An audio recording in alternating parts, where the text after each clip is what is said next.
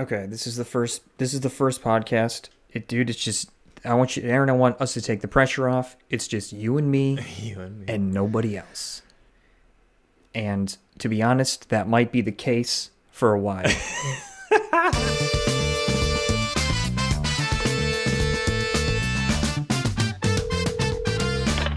Hello? It's just two friends talking. That's right. We live across the country. We both have very busy lives. And so we don't even get to talk that much on a regular basis. Yeah, we don't. We don't. We don't just shoot the shit regularly. I mean, dude, we lived together almost 10 years. Crazy how technology has brought us back together. Wow, listen to your cat. Can you hear him? Oh, that came through for sure. Shh, stop. You gotta stop, bro. This is an hour he just kind of starts meowing about shit. He just wants things. He's needy. Which one is this? This is Tiny. Tiny. There's Tiny and Mel, and this is Tiny. Are they amicable? For the most part.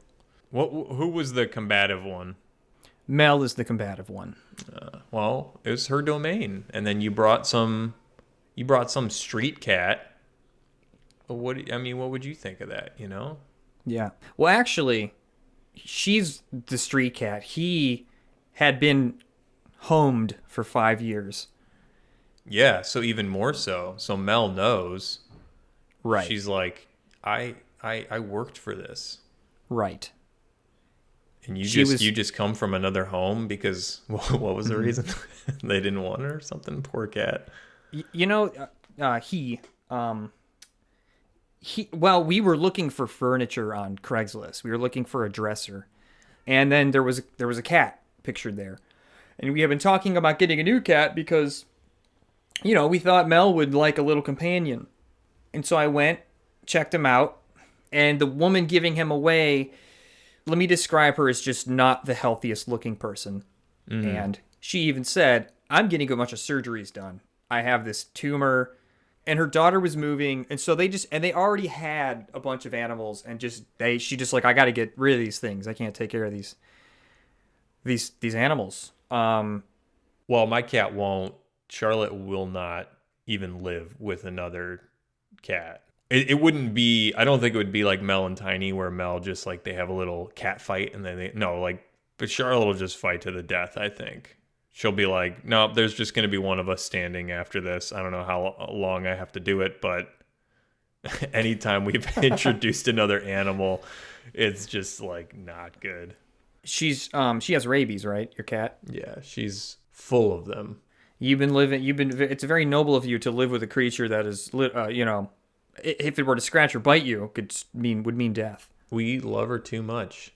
I will have to say it now that you brought it up. I told you about my rabies scare, right? Maybe you did. I don't remember. Please recount. When I lived in LA, we had this mangy black cat that would come around the patio, and I would feed it. And so I would put some of Charlotte's food into the bowl. And dude, you knew this thing wasn't messing around because Charlotte, as much of a bee as Charlotte is, she would hiss just full rage, when this thing would come around and be standing outside the door, and this thing would just stare at Charlotte. Charlotte was like, rah, rah. She was on the window, and this thing would just stare her down. This cat saw some shit, Yeah, it wanted. It was like, oh, please. Once you're done once you're done with your theater piece, then we can get to business. So I went outside and I poured it a bowl of dry food, and it came up and it started eating. It was right next to me, and I was like, all right. And I went to pet it, and it just so quickly nipped my finger. It was like a flash. And cat bites are no joke, dude. They're like Komodo dragons. Their mouths are full of germs. I know. And then I'm like, and it wasn't even bad. It was the smallest little cut. And I'm like, oh, man. And then I started thinking about it. My mind started racing. I'm like, oh, my gosh. I'm looking at this mangy cat. And this cat just keeps eating. It was not bothered. It was just hey, this is a warning shot. Get away. I'm eating. And meanwhile, like I go back inside and I'm like, oh my God, I just got bit. Like, what if this cat has any number of diseases? What if it has, and rabies was the big one that stuck out at me. So the more I researched it though, the more I found that it's incredibly rare for cats to have rabies. In fact, I don't know the statistic at the time that I was looking at it, but it was like for the last 50 years or something, the amount of like rabies cases that have been transferred by a cat has been like unbelievably low. So it made me feel better. But at the time I was very freaked out. But what if you were the one? That's what you, when you're like me, man, that's all you need. That's all you need to know. And when you say like you mean you can be a bit of a hypochondriac sometimes. You know it. Now, Aaron, have you always been a hypochondriac? I don't want to stick on this topic too long, but it just, for the sake of... When's the first time you can remember being a hypochondriac? That's a good question. I've never really thought about it. Definitely don't remember it in high school. I think it would probably be in college when I started to really like... Smoke weed a lot? I probably was, honestly. And I wouldn't be surprised if like that triggered like a type of paranoia that got linked to like health issues. Yeah. Or like a concern about, because sometimes when I smoke weed, dude, like people get the munchies. When I smoke, I become very aware of like my body and like what I put in it, and the idea of like eating like a bunch of like, like munchy food, like chips and like processed shit. It's like, this is just gross poison going in my body. And so I get the same way where I'm become very aware of like the delicacy of the soft machine that I am. Very soft. I mean, I'm hard. What? I'm hard too. I'm hard too sometimes. How often? Dude, work out 3 times a week, dude. Super hard. I'm sorry, I didn't mean to cut you off. No, you were saying that it around college. Got all excited. Yeah, I think it was. I mean, maybe it was the pot. That's how long I haven't. That's how long I haven't smoked. Does anybody even call it pot anymore? Or did anybody ever call it pot? You just called it the pot. Did I say the pot? I'm pretty sure you said the pot. Oh shit. Well, either way, I clearly haven't smoked. Well, I didn't know we were going to go down this rabbit hole, but I might as well discuss the final episode that took me away from smoking or eating anything weed related. Was that Easter. Fateful Easter morning? Yeah. So our dear buddy Nick had secured some edibles, some chocolates for Easter. What do you think they were? The size of ice cubes? Probably smaller even. Maybe smaller. I think I only ate half. I think. I remember that morning my dad, because we didn't go back for Easter back to Ohio, and my dad was like, oh, I'm going over to Grandma and Grandpa's, like, we want to FaceTime you. And I was like, yeah, sure. Thinking like, oh, I'll be able to handle it. And then I do half of this chocolate, and we were watching The Wire, right? Mm-hmm. And at a certain moment in the episode, I remember completely losing focus and being like, what is happening? Like it was terrible. And then my mind was just racing, and dude, you talking about it is giving me like anxiety flashbacks. Yeah. Well, so like times it's happened to me, like not that specific moment, but I've, having similar moments. Yeah. Then I was remember, cause then I just went and crawled up in a ball on my bed. I said, Vin, I need you to send my dad a text, because my dad was blowing up my phone. He's like, hey, Grandma and Grandpa, I want to see you. And I couldn't even think of a good excuse. So I just said, Vin, you have to tell him I'm too high. And yeah, you texted him, Aaron ate an edible and he's too. And yeah, I think he got a kick out of that afterwards. And you having recounted the story other times, you said that I wasn't much help. Yeah, no, you were saying some shit that was really getting in my head. But to be fair, being in that mindset that I was, I don't know what would have helped me, but I just remember you would say stuff like, dude, you're probably not going to die.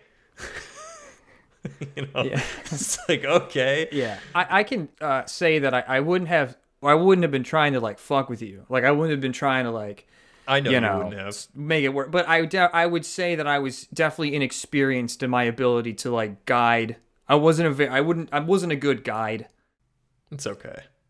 I survived. But I know that some people would say like, oh, edibles and smoking, it's very different. It totally is. But even smoking at that point would trigger some like, paranoia in me. And I was just like, this isn't fun. Like, dude, in college, I could smoke every day and just be like happy and high. But then with that, I was like, this isn't fun anymore. And that's where I had to kick it. I recently started smoking a little bit again at night, just like an indica, because that's the body high, helps you sleep. Because, Aaron, I was recently involved in an automobile collision. Yeah, we should go into that because you and I haven't really discussed. I was making a slight right I was at a red light, and then I made a slight right. Dude. I want to know, like, what was the atmosphere? Was it nighttime? Come on, you're a storyteller, dude. Sell this. Dude, can you hear that fucking cat Dude, out there? go kick that cat in the fucking head. Tiny, oh my stop, god. bro. Cut it out. Dude. By the way, I do not advocate for violence against animals. That was a joke. Stop it, buddy.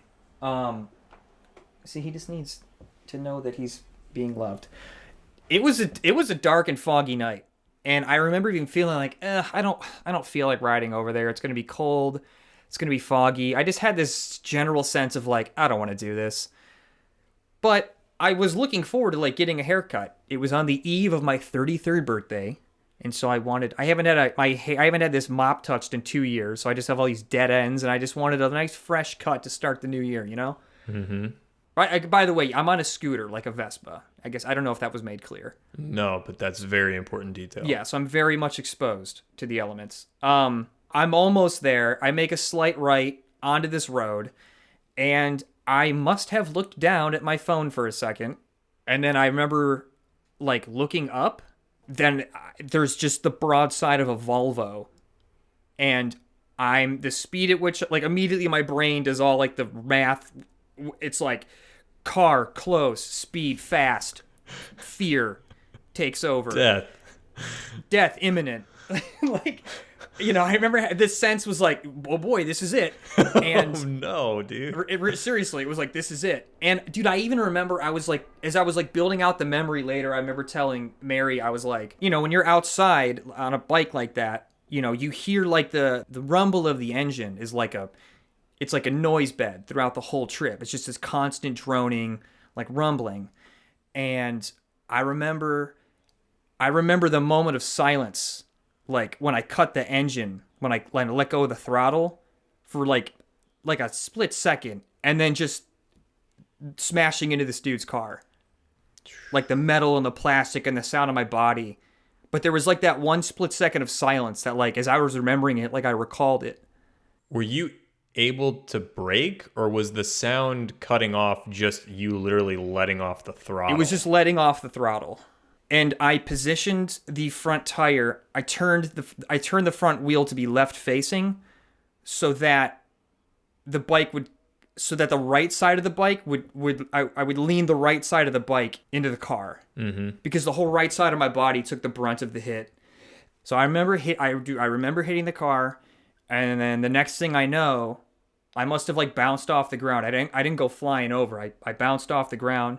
The next thing I know, I'm standing up and I'm walking around in circles and like moving my arms and making sure that everything was working okay. Mm-hmm. Also having this like huge sense of relief that I was able to do so. And like there wasn't blood and I didn't have like a head injury. So the driver gets out and he's like, "Hey man, are you okay?" I'm like, yeah, I think I'm fine. And then like immediately it's like we're getting into the blame game. It's like, oh no. It's like, so what happened? It's not even, I don't want to say the blame game, but it's like, what happened? And it's like, you're making a turn. He's like, you tried to pass me. No, I did. I wouldn't try to pass you. I was in the turning lane. Dude, there's no turning lane. What are you talking about? We're not getting anywhere with this. So in order to like kind of calm the situation down, we both kind of acquiesced some culpability where it was like, I was like, yeah, okay, maybe I was going too fast. And he said, maybe I shouldn't have been turning there. Mm. Okay. moved our shit off to the side of the road. He's like, I have AAA. I'll call mine so you can get it towed back. You don't have to pay for it. That's nice. That was nice of him. And the process really was reasonable. The whole next day, it's like we were texting each other like VIN numbers and license plates and all the information that was required. And the process was not as stressful as I thought it was going to be of like dealing with the insurance company. Did you send him any like goofy emojis? Like it was like a one night stand? Yeah, I accidentally sent him some kissy lips. Oh, cute. Yeah, and he sent back an eggplant with the drip emoji. What if he was just like, I know this is weird, bro, but then he sends like a huge dick pic. He's like, this is the only thing because I told him my scooter, I was like, dude, that's the only thing I have to ride. And then he sent me a dick pic and he's like, dude, you still got this to ride if you want. Yeah. No, but that scooter really is my only mode of transportation, so that fucking blows. Did like anybody bystanders come up and were like, no, dude, this town is full of fucking vultures, and it probably looked like we had it under control. And at that point, I wouldn't have wanted to deal with anybody else. One dude did drive by like way after the accident happened, like after I was just like waiting for the tow truck. He was like, hey man, like, are you okay? And he made some comment about like my stature. He's like, man, you're a little one too. Like, what the fuck? Like that I was able to like take it, you know? In spite of my size, I took like a gnarly crash. That impact should have crumpled you like a little tin ball, you weak little bitch. Well, it didn't, sir. So sorry to disappoint. Oh, and then the tow truck driver, you see, he had to get the bike up on the tow truck himself, so he showed me how to work the levers.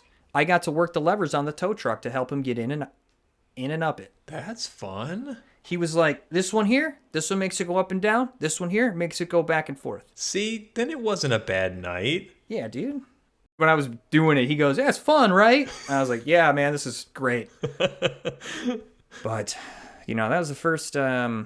I'm lucky, dude. It could have been worse. And that's the first time I dealt with that. So anytime someone started veering in a way where it made me feel... where I started feeling like I handled that in a way that was stupid... I just kept reminding myself, like, dude, that's the first time you almost died that way, so take it easy on yourself. Yeah, I hear that. Well, it would make me feel better if your next purchase was a car, but I understand if you want to go back to your little vroom vroom, your little but I know.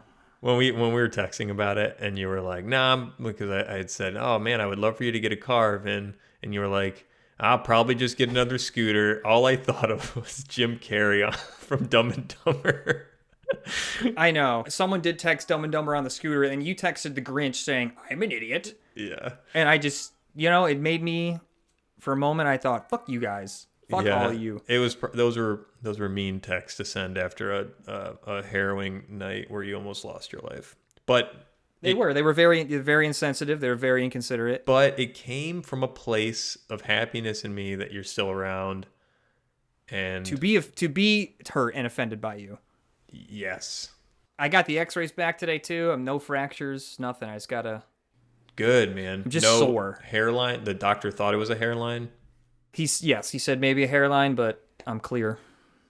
Oh, good. And your leg? Dude, I got a gnarly fucking bruise on my leg. That's like, I'll send you a picture. It's gotten like.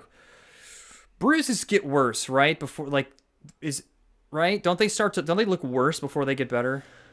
Yeah, I think so. I'll send you another picture. It looks even worse now. Oh, great. Which I think is because in the first couple days where the bruise is, it didn't hurt so much. It was like, I'm like, this is fucking nothing. All the pain is over here. But I think as I've like relied on my left leg, because I've just kind of had to, as I've relied on that leg, I'm hoping I'm not like doing more damage, it's like, I'm wondering like, fuck, maybe I'm not like giving it a chance to heal. Mm-hmm. So I just got to ice it and just stay off it as much as I can. Yeah, that makes sense. Well, I'm happy that you're still with us. Me too. With that, I think maybe we call it. This is good. This was nice. Yeah, I think it went well. I think I enjoyed myself. Me too. Good. I apologize, dude. If you're gonna listen to this back and just hear my cat in the background throughout the whole thing and be like, oh God, Vinny, you gotta shut that thing up. Yeah, I hope everybody knows that we did spend some time earlier today doing tests, and we made sure that all our mics were good and the gain was good, and the one thing we didn't account for, I guess, is your asshole cat. It's like you get on a set, and then all of a sudden there's all these like sounds you weren't aware of before. It's like, oh, there's a road right there, like there's that, and then you start hearing all this noise, and you're like, I didn't even think about that. Yeah. And he's just one of those, like, I didn't even think, like, by the way, dude, around this time is when he starts meowing at nothing for an hour. Like, listen, like, oh my God, dude. Yeah. We'll figure it out. Anyway, okay. All right, buddy. Well, it was good talking to you tonight. And Likewise. Thanks, everybody, for listening. And we'll see you on the next one. Sounds like a plan. Goodbye. Goodbye.